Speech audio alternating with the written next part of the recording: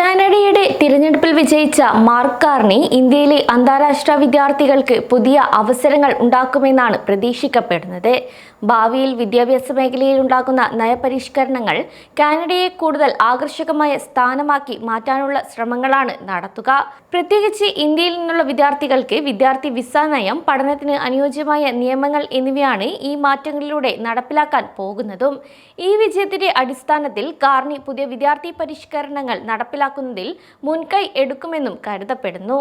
Justin ട്രൂഡോയുടെ കീഴിൽ ഇന്ത്യയുമായുള്ള വഷളായ ബന്ധം മെച്ചപ്പെടുത്താനുള്ള അവസരം ഒരുക്കി മാർക്ക് കാർണിയുടെ ലിബറൽ പാർട്ടി കാനഡയിൽ ഒരു ന്യൂനപക്ഷ സർക്കാർ രൂപീകരിക്കാൻ ഒരുങ്ങുകയാണ്. കാനഡയിലെ ഇന്ത്യയുമായുള്ള ബന്ധം പുനഃസ്ഥാപിക്കാനും വിദ്യാർത്ഥി നയങ്ങൾ നന്നാക്കാനും മാർക്ക് കാർണി പുതിയൊരു ദിശയിലേക്ക് മുന്നോട്ടു പോകുന്നു എന്നാണ് ഇതിലൂടെ വ്യക്തമാകുന്നത്. കാനഡയിലെ ഇന്ത്യൻ വിദ്യാർത്ഥികൾ പൂർണ്ണമായും വിദ്യാഭ്യാസം വ്യവസ്ഥാപിക്കുന്നതിന്റെ ഭാഗമായി കാർണി ഇന്ത്യയുമായുള്ള വ്യാപാര പങ്കാളിത്തം ശക്തിപ്പെടുത്തുന്നതിൽ വലിയ താൽപര്യം പ്രകടിപ്പിച്ചിട്ടുണ്ട്. ട്രൂഡോ സർക്കാർ ലിബറൽ പാർട്ടിയുടെ നേതൃത്വത്തിൽ ഇന്ത്യ കാനഡ ബന്ധം പുതുക്കുന്നതിനുള്ള ചോദ്യങ്ങൾ കൈകാര്യം ചെയ്യുന്ന സമയത്ത് തന്നെയാണ് കാർണി വിദ്യാഭ്യാസം, വ്യാപാരം തുടങ്ങിയ മേഖലകളിൽ അവസരങ്ങൾ തുറക്കുന്നത്. അമേരിക്കയുമായുള്ള സംഘർഷത്തെ തുടർന്ന് നാടകീയമായ ഒരു തെരഞ്ഞെടുപ്പിന് ശേഷം മാർക്ക് കാർണിയുടെ ലിബറൽ പാർട്ടി കാനഡയിൽ ഒരു ന്യൂനപക്ഷ സർക്കാർ രൂപീകരിക്കാൻ ഒരുങ്ങുന്നു എന്ന് ആവർത്തിക്കുകയാണ്. അമേരിക്കയുമായി ഉണ്ടായ പ്രതിസന്ധി അദ്ദേഹത്തിന് പിന്തുണ നൽകുന്ന വലിയൊരു ദേശീയ വികാരത്തോടൊപ്പം തന്നെ ട്രംപ് ഭരണകൂടത്തിന്റെ ശത്രുതാപരമായ ചില വിദേശ നയം സംബന്ധമായ ആശങ്കകൾ കൂടെ സൃഷ്ടിച്ചിട്ടുണ്ട്. കൂടാതെ പൊയ്ലിബ്രയുടെ കൺസർവേറ്റീവുകളെ മറികടക്കുന്നതിന് ലിബറൽ പാർട്ടി ആകർഷകമായ വഴികൾ സൃഷ്ടിക്കാനും ശ്രമിക്കുന്നുണ്ട്. എന്നാൽ രാഷ്ട്രീയ നേതാക്കളുടെ അഭിപ്രായത്തിൽ അന്താരാഷ്ട്ര ബന്ധങ്ങൾ അനുയോജ്യമായി സംയോജിപ്പിക്കാൻ വേണ്ടി പുതിയ ചിന്തകളുമായി കാർണി മുന്നോട്ടു പോവുകയാണ്. ഇന്ത്യക്ക് പ്രത്യേക താല്പര്യമുള്ള ഒരു മേഖല കാനഡയിലെ ഇന്ത്യൻ വിദ്യാർത്ഥികളുടെ ഭാവിയാണ്. അതിൽ 4,27,000 വരുന്ന അന്താരാഷ്ട്ര വിദ്യാർത്ഥി സമൂഹത്തിലെ പ്രധാന ഭാഗമാണ് ഇതിൽ ഉൾപ്പെടുന്നത്. ഈ ഒരു വിഭാഗത്തിന് കാർണി പ്രത്യേക ശ്രദ്ധ നൽകുമെന്ന് വ്യക്തമാക്കുകയും കാനഡയുടെ ഭവന അടിസ്ഥാന സൗകര്യ പ്രതിസന്ധി പരിഹരിക്കാൻ അന്താരാഷ്ട്ര വിദ്യാർത്ഥി പ്രവേശന നയങ്ങളെ വിപുലീകരിക്കുന്ന പുതിയ തന്ത്രങ്ങൾ കൈക്കൊള്ളുമെന്നും വ്യക്തമാക്കിയിട്ടുണ്ട്. കൂടാതെ ഇന്ത്യ കാനഡ ബന്ധം കൂടുതൽ ശക്തിപ്പെടുത്തുന്നതിന്റെ ഭാഗമായും വ്യവസായം, വിദ്യാഭ്യാസം എന്നിവ പുതിയ വെളിച്ചത്തിൽ കൊണ്ടുവരുമെന്നും നേരത്തെ വ്യക്തമാക്കിയിരുന്നു.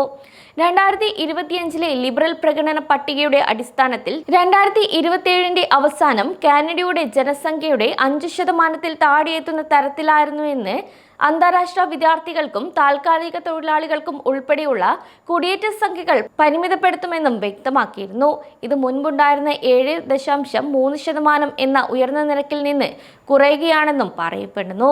2027 ശേഷം സ്ഥിര താമസക്കാരുടെ പ്രവേശനം പ്രതിവർഷം 1% താഴെ സ്ഥിരപ്പെടുത്താനും പുതിയ നയം ലക്ഷ്യമിടുകയും ചെയ്യുന്നുണ്ട്. കൂടാതെ സാമ്പത്തികവും സാംസ്കാരികവുമായ സംഭാവനകളെ മാന്യമായ രീതിയിൽ അംഗീകരിക്കുന്നുണ്ടെങ്കിലും ഇതിന്റെ ഭാഗമായി കുടിയേറ്റം, ഭവനം, ജോലികൾ, ആരോഗ്യ സംരക്ഷണം എന്നിവ നൽകാനുള്ള കാനഡയുടെ ശേഷിയുമായി ഒത്തുചേരണമെന്നും ഉറപ്പാക്കുന്നു. അതേസമയം കാര്യങ്ങൾ ഇങ്ങനെയൊക്കെയാണെങ്കിലും ഇന്ത്യൻ വിദ്യാർത്ഥികളെ സംബന്ധിച്ചിടത്തോളം അവസരങ്ങൾ തുടരുമെങ്കിലും മത്സരം കുറച്ച് മുറുകാൻ സാധ്യതയുണ്ടെന്നാണ് വ്യക്തമാകുന്നത്. വിദേശ യോഗ്യതാ പത്രങ്ങളുടെ അംഗീകാരം കാര്യക്ഷമമാക്കുന്നതിനും ഇമിഗ്രേഷൻ പ്രോസസ്സിംഗ് സമയം വേഗത്തിലാക്കുന്നതിനുമുള്ള പദ്ധതികളും പ്രകടന പത്രികയിൽ ഉൾപ്പെടുത്തിയിട്ടുണ്ട്.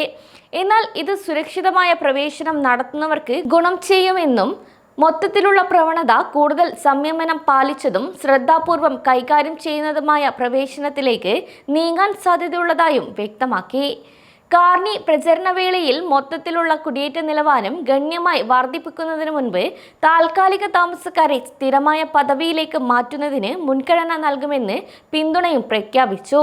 സിസ്റ്റം കൂടുതൽ വികസിപ്പിക്കുന്നതിന് മുൻപായി കഴിഞ്ഞ ചില വർഷങ്ങളിൽ കാനഡയിലെത്തിയ 4 ദശലക്ഷത്തിലധികം പുതുമുഖങ്ങളെ മികച്ച രീതിയിൽ സംയോജിപ്പിക്കുന്നതിൽ കൂടുതൽ ശ്രദ്ധ കേന്ദ്രീകരിക്കണമെന്നും അദ്ദേഹം നേരത്തെ വാദിക്കുകയും ചെയ്തിരുന്നു.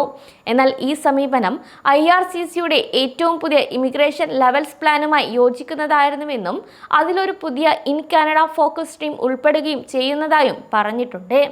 2025 താൽക്കാലിക താമസക്കാരായി കാനഡയിൽ താമസിക്കുന്നവർക്കായി 82,980 സ്ഥിര താമസ സ്ഥലങ്ങൾ സംവരണം ചെയ്യുകയും അതുവഴി താൽക്കാലിക വിദേശ തൊഴിലാളികളുടെ എണ്ണം കുറയ്ക്കാനും ലക്ഷ്യമിടുന്നുണ്ട്. കൂടാതെ കോവിഡ്-19 പാൻഡമിക് സമയത്ത് അവരുടെ ആശ്രയം വർദ്ധിച്ചതായും ഈ സംവിധാനം നിയന്ത്രിക്കാൻ സാധിക്കാത്തതായും കാർണി വ്യക്തമാക്കുകയും ചെയ്തിട്ടുണ്ട്.